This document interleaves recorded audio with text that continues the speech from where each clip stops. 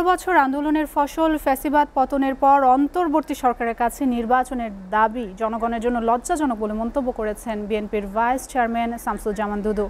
সকালে জাতীয় প্রেস ক্লাবে এক আলোচনা সভায় অংশ নিয়ে তিনি বলেন, দ্রুত নির্বাচন দিলে অন্তর্বর্তী সরকারের নাম ইতিহাসে স্বর্ণাক্ষরে লেখা থাকবে। বিএনপির আরেক vice chairman advocate Ahmed Azam Khan বলেন, জাতীয় রাজস্ব বোর্ড বাতিল না করে সংস্কার করতে হবে, যা নির্বাচিত সরকারি অংশীজনের সাথে আলোচনার মাধ্যমে করতে পারে। সোহান খানের প্রতিবেদন।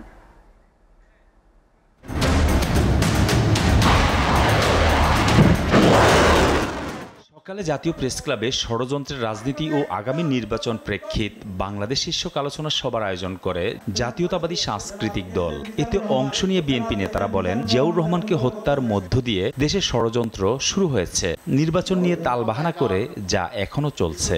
যখন জোর করে কেউ ক্ষমতায় থাকতে চায় বা থাকে, তখনই কিন্তু বিভিন্ন ধরনের ষড়যন্ত্র হয়।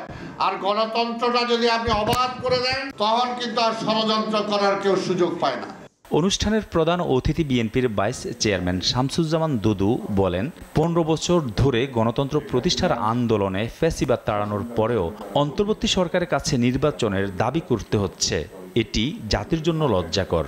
এখনো যদি ভোটের কথা দাবি জানাতে হয়, এর থেকে লজ্জাস করার কোনো ঘটনা আছে?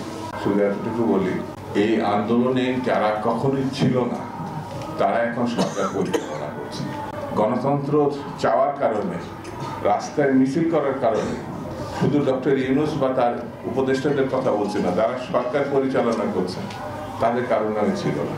ভালো কাজ একটা করে দেন, ইতিহাসে আপনাদের স্বর্ণাক্ষরে আপনাদের নাম থাকবে, সেটা একটা নির্বাচন দেন।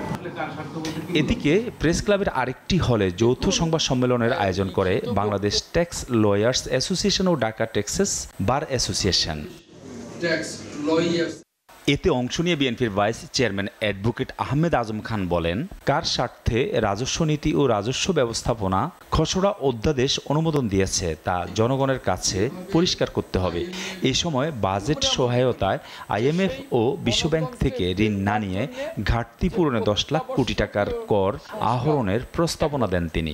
আমি এই সরকারের কাছে অনুরোধ জানাবো, এই এনবিআর বিলুপ্তকরণ স্থগিত করুন, এই যে দুটি বিভাগ করেছেন এগুলো স্থগিত করুন, এই কর অব্যাহতি অর্থ মন্ত্রণালয়ে সংযুক্ত করেছেন স্থগিত করুন।